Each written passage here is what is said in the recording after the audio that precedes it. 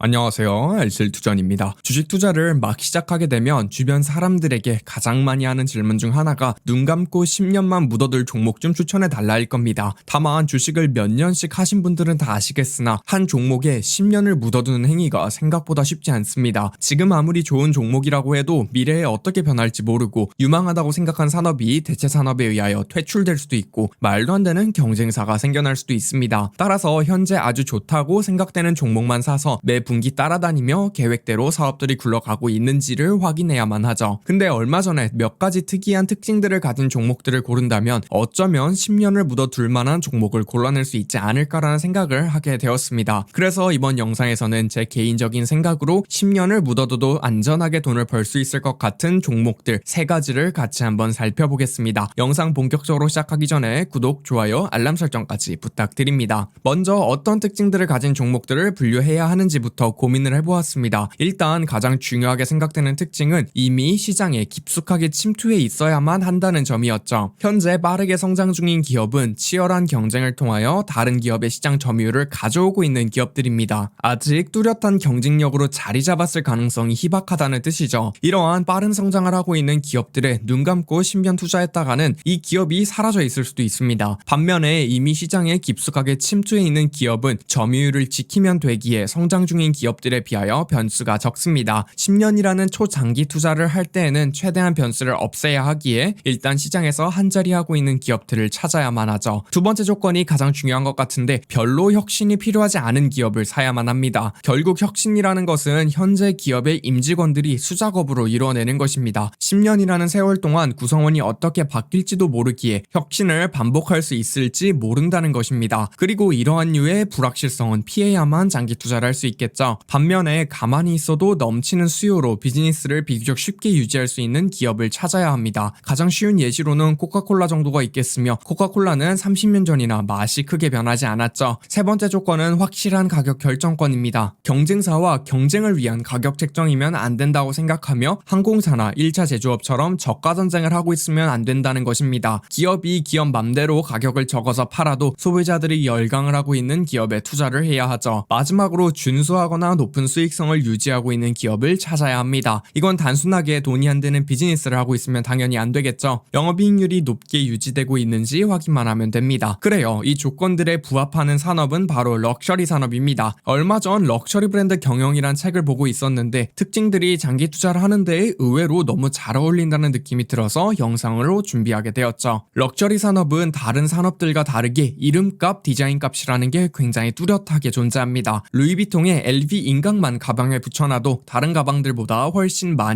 비싸게 팔 수 있죠. 따라서 시장 침투만 성공적으로 잘하기만 한다면 오히려 제품의 혁신성이 소비자의 흥미를 끌어내린다고 합니다. 소비자들은 클래식 샤넬백을 원하는 거지 아방가르드한 샤넬백을 원하지 않거든요. 그럼 럭셔리 산업이 정확하게 10년 또는 그 이상을 투자하는 데 가장 이상적인 산업이 아닐까라는 생각이 들었습니다. 럭셔리 산업의 가격 결정권은 더 이상하죠. 비쌀수록 더 잘 팔리는 이상한 시장입니다. 거의 모든 가격에 관련된 이론들을 깨부수는 영역이죠. 뒤에서 예시를 드리겠으나 많은 명품 기업들은 가격을 매년 꾸준하게 올려가고 있습니다. 확실한 가격 결정권을 쥐고 있는 플레이어들인 것이죠. 또한 희소성의 게임을 너무 잘하고 있습니다. 이게 또 경제학, 경영학에서 배반되는 게 럭셔리 기업들은 항상 수요보다 공급을 훨씬 적게 유지합니다. 원하는 사람이 물건보다 항상 더 많다는 뜻이죠. 매장에 신제품이 들어오는 날에는 매장에 줄을 서고 들어온 날에 완판이 되는 등 재고관리 측면에서도 상당히 메리트가 있는 게임을 하고 있습니다. 그래서 종합적으로 살펴보았을 때 저는 전통적인 럭셔리 기업들 뿐만 아니라 럭셔리의 게임을 하고 있는 기업들이 눈 감고 10년 뒤에 까봤을 때 돈을 벌 확률이 가장 높다고 생각합니다. 물론 ETF 등 분산 투자를 제외했을 경우겠죠. 저는 총 6가지 기업들을 뽑아보았으며 이번 영상에서는 전통적인 럭셔리 기업들 3가지만 다뤄보려고 합니다. 그리고 추후 영상에서는 새로운 의미의 럭셔리 기업들, 모던 럭셔리 기업들 3가지도 소개드려보죠. 첫 번째, 10년 존버 기업은 당연히 에르메스입니다. 이 영상을 거의 3주간 머릿속에서 기획을 해왔는데 어떤 조합에도 1번은 에르메스가 나올 정도로 정석적인 럭셔리 플레이를 하고 있는 기업입니다. 에르메스의 시그니처 가방인 버킨백만 살펴봐도 교과서적인 모습을 보이죠. 사진처럼 이렇게 생긴 기본적인 가방이며 모든 여성들의 워너비 가방입니다. 가격은 대충 지역이나 매장에 따라 1200만원에서 2000만원 정도로 시작하고 있으며 소재에 따라서 몇억 가지의 가격이 형성되어 있습니다. 리셀 가격이 판매 가격보다 비싸게 거래되곤 할 정도로 희소성의 게임을 정말